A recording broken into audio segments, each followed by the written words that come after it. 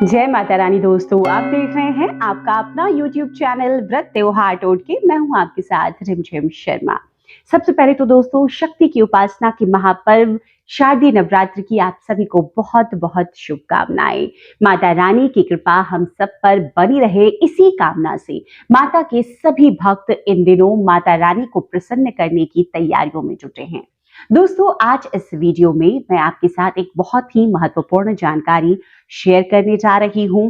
देखिए, महिलाओं के लिए मां की उपासना का ये महापर्व होता है और ऐसे में अगर कुछ महिलाएं इन शारदीय नवरात्रों में मासिक धर्म से गुजर रही हों, तो उनके मन में ये सवाल आता है कि इस बार वो शारदीय नवरात्रों का व्रत पूजन कैसे करेंगी। दोस्तों देखिए, शारदीय नवरात्र जब व्रत हम शुरू करते हैं ना, तो एक संकल्प के साथ करते हैं कि हम इन शारदीय नवरात्रों में अगले 3 साल माता की उपासना करेंगे, या अगले 5 साल करेंगे, अगले 7 साल करेंगे।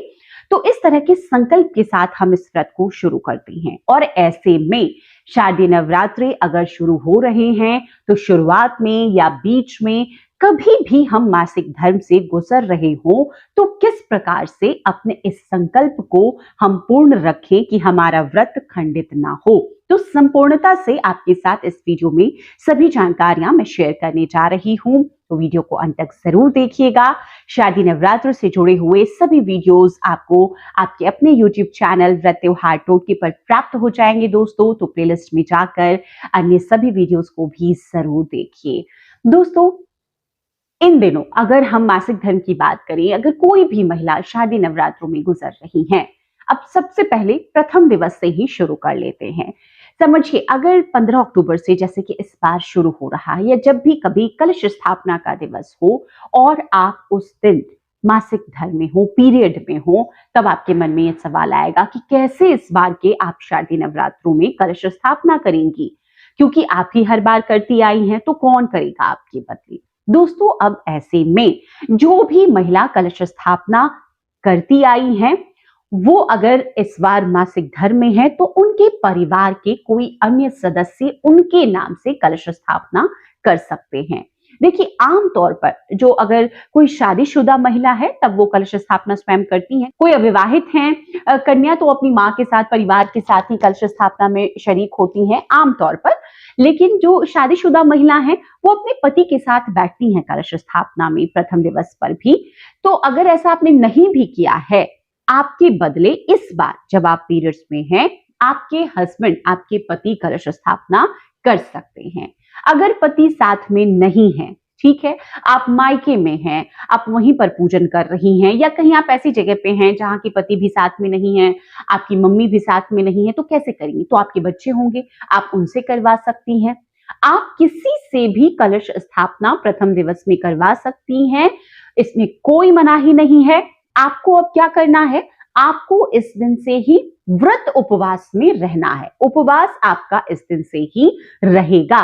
व्रत के जो नियम हैं, अन्य नियम, पूजा के अलावा उन सभी नियमों को आपको प्रथम दिवस से ही, कलश स्थापना के दिन से ही मानना होगा। मान लीजिए कि आप तीसरे दिन शुद्ध हो जाती है, मतलब जो कलश स्थापना का दूसरा दिन ही मान लीजिए कि मां ब्रह्मचारिणी की पूजा है, आज आपका 5वां दिन है पीरियड्स का, तो आज आपने हेड वॉश ले लिया, सिर धो लिए अपने, और उसके बाद से आज दूसरे दिन से ही आप मां की पूजा में एक बार फिर से जुट सकती हैं।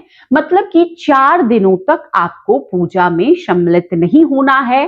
5वें दिन से, जैसे ही 5वां दिन आपका होगा, आप शुद्ध हो जाएंगी। चौथे दिन ही आपको हेड वॉश ले लेना है, 5वें दिन से आप पूजा में माता की सम्मिलित हो जाएंगी। अब दोस्तों, दूसरा तरीका यह हो सकता है, मान लीजिए आपके घर में कोई ऐसा व्यक्ति नहीं है कि वो पूजा कर सकता है आपके बदले, तो आप किसी आचार्य को बाहर से बुलवाकर भी कलश स्थापना करवा सकती हैं। अब ये भी संभव नहीं है कि आप अपने घर में नहीं करवा पाएंगी, क्योंकि आचार्य तो चले जाएंगे पूजा करके, तो बाद में कलश की देखभाल कौन करेगा, दीपक शाम की आरती कौन करेगा।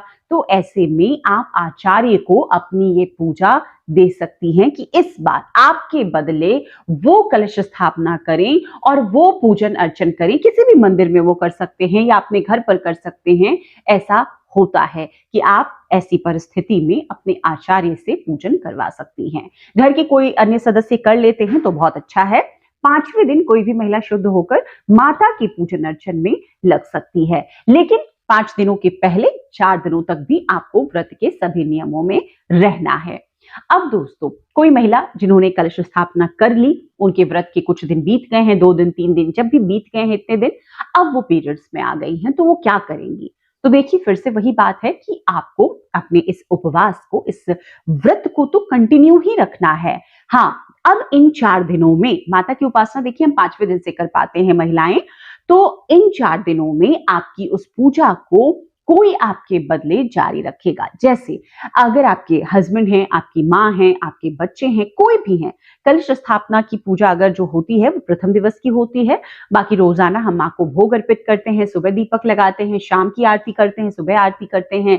और जो अब पाठ करते हैं, तो वो पाठ अगर आपके बदले कोई कर सके तो आप दूर से बैठ करके श्रवण कर सकती हैं।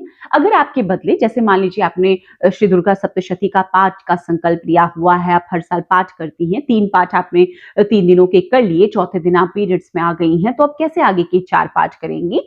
तो आपके बदले वो पाठ भी आपके हस्बैंड कर सकते हैं। अगर वो नहीं कर पा रहे हैं, तो ऐसे में 5वें दिन जब आप शुद्ध होंगी, तब वो पाठ आपको, जो आपके बचे हुए पाठ हैं, उसको आपको 5वें दिन पूरा कर लेना चाहिए। एक दिन में देखिए आप नहीं कर पाइएगा, तो 5वें, छठे, 7वें दिन ऐसे करके, मतलब अष्टमी की तिथि या नवमी तिथि में आप हवन करते हैं, तो नवमी की तिथि तक में आपको अपने पाठ को संपूर्ण कर लेना है। इसमें कोई दिक्कत नहीं है, ये भी आपका व्रत पूर्ण ही माना जाएगा। अब दोस्तों, एक और बहुत ही महत्वपूर्ण बात ये होगी कि अगर अब आपके बीच के दिन, जो आपने 4 दिन थे, वो आप अवॉइड कर सकी, स्किप कर सकी, आपने उपवास रखा, आपने पूजा नहीं की, अपनी पूजा किसी और से करवाई, आपने आरती किसी और से करवाई, अपना पाठ भी किसी और से करवाया, या पाठ आप बाद में करेंगे ऐसा सोचा। अब कोई ऐसे भी लोग होंगे जो कि आखिर के 4 दिनों में जिनके मासिक धर्म आता है, पीरियड्स आता है, तो वो उनके मन में अब ये कि वो कन्या पूजन कैसे करें, वो हवन कैसे करें। देखिए, बहुत वाजिब सी बात है कि ये एक ऐसी बात है कि हम व्रत को शुरू करते हैं तो हवन और कन्या पूजन के साथ ही तो संपूर्ण करते हैं, तो अब हम क्या करें, ये मन में एक शंका सवाल रहेगा। तो ऐसे में देखिए, अगर आपने आपके घर में, परिवार में जो भी सदस्य हैं, उनसे भी आप हवन कन्या पूजन करवा सकते हैं, इसमें कोई दिक्कत नहीं है। अब अगर कोई नहीं है, तब आप दोस्तों खास तौर पर ये कन्या पूजन के लिए है कि कन्या पूजन का जो पैसा है कन्या पूजन के लिए, उसको आप निकाल के रख दें। देखिए, आपके बदले कोई कन्या पूजन कर देता है तो उन पैसों का उपयोग कर लेगा वो, और कन्या पूजन हो जाएगा अष्टमी या नवमी की तिथि में। अगर नहीं हो पाता है कन्या पूजन, तो आप जब भी शुद्ध होंगी, उन पैसों से कन्याओं को उपहार दीजिए, उन्हें भोजन कराइए, इसी ध्यान से कि नवरात्रि में आपका ये कन्या पूजन रह गया था, आपने अब इनको उपहार और भोजन कराया है। मां स्वरूपा मान करके आप ये काम बाद में भी कर सकती हैं, लेकिन पैसे आपको अष्टमी या नवमी की तिथि में निकाल करके रख देने हैं। अब हवन, हवन देखिए आपके परिवार में जो भी हो, देखिए हवन एक ऐसी चीज है कि बिना हवन के आप व्रत खोल नहीं सकती हैं, व्रत का पारण नहीं हो सकता है, तो आपको हवन तो परिवार में किसी से भी करवाना ही पड़ेगा। अगर परिवार में कोई नहीं है, तो आप आचार्य को, पंडित जी को बुलवा करके आप हवन जरूर करवा लीजिए छोटा सा, उसके बाद ही आप कलश विसर्जन कर सकेंगी और व्रत को खोल सकेंगी, मतलब कि आप शारदीय नवरात्र का पारण कर सकती हैं। तो बहुत जरूरी ये जानकारी थी जो मैंने आपके साथ शेयर की। अब दोस्तों, इन पूरे 9 दिनों में कभी भी आप होती हैं, तो मोटा मोटी आपको जानना है कि आपको माता की पूजा नहीं करनी है, आपको उन दिनों में पाठ नहीं करना है, आपको माता का भोग नहीं बनाना है, आपने जो खाना है वो आप स्वयं बना करके खा सकती हैं। आप किसी भी व्रती का भोग नहीं बनाएंगी, आप आरती नहीं करेंगी, आपको पूजा स्थल से जुड़ा हुआ कोई भी कार्य नहीं करना, जैसे पूजा के बर्तन धोना, माता के फल की या भोग की जो तैयारी होती है वो करके देना, आप इनमें से कोई भी कार्य नहीं करेंगी। आप मानसिक पूजन में रहेंगी, मानसिक जप में रहेंगी, व्रत उपवास के सभी नियमों का पालना करती रहेंगी। अब एक महत्वपूर्ण जानकारी, एक सलाह, एक सुझाव। देखिए, हम महिलाएं, हम सभी जानते हैं कि जो हमारा मासिक धर्म है वो कब आना है। ऐसे में नवरात्र क्योंकि एक 9 दिनों का एक लंबा व्रत उपवास होता है दोस्तों, तो इसकी तैयारी भी हम पहले से करते हैं। तो हमें अगर पता है कि हमें पीरियड्स हमारा आना है, तो हम इसकी तैयारी भी पहले से कर लेंगे। जैसे देखिए, माता के लिए पूजा के लिए हम सभी सामग्री लाते हैं, इस बात को भी ध्यान में रखेंगे कि हमें 4 दिन पूजा नहीं करने होंगे, हमें अवॉइड करना होगा। अगर तो हम क्या करेंगे, तो उसके लिए विकल्प की व्यवस्था रखनी है। जैसे अपने हस्बैंड से आपने बात कर ली, क्योंकि अगर वो ऑफिस गोयर हैं तो उनको मुश्किलें आ सकती हैं, तो पहले से बात कर लेनी है कि देखिए इस समय आपको ये पूजन करना है। आपके घर में कोई बड़ा बच्चा है, आप उनसे भी बात कर सकती हैं। देखिए छोटे बच्चे हैं तो पूजा नहीं कर पाएंगे, तो ऐसी परिस्थिति में आपको किसी पंडित जी से, आचार्य जी से बात करके रखनी है कि आपके घर में आए और सुबह शाम का भोग लगाएं, माता की आरती करें। ऐसे करके आप अपने इस व्रत को मासिक धर्म में, पीरियड्स में कंटिन्यू रख सकती हैं और ये व्रत खंडित भी नहीं होता है। इस व्रत को पूर्ण व्रत माना जाता है। तो एक बहुत ही महत्वपूर्ण जानकारी जो हमसे आपसे जुड़ी हुई है। बहुत सारे सवाल आते हैं, इसीलिए मैंने वीडियो पहले ही शेयर कर दिया है।